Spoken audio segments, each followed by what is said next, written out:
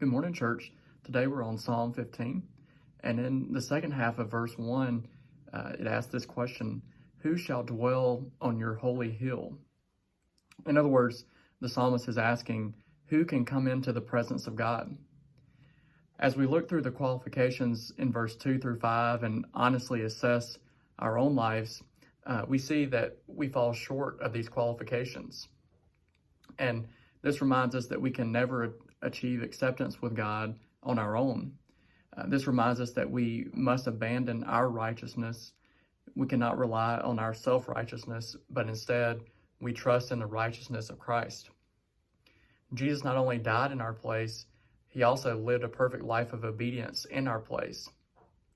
Jesus perfectly lived out verses 2 through 5. So through Jesus, we have access to the presence of God.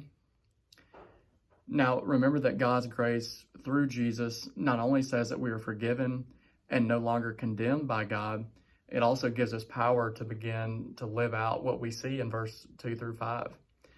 Jesus lives inside of us by his Spirit and empowers us to live a life that looks more and more like him.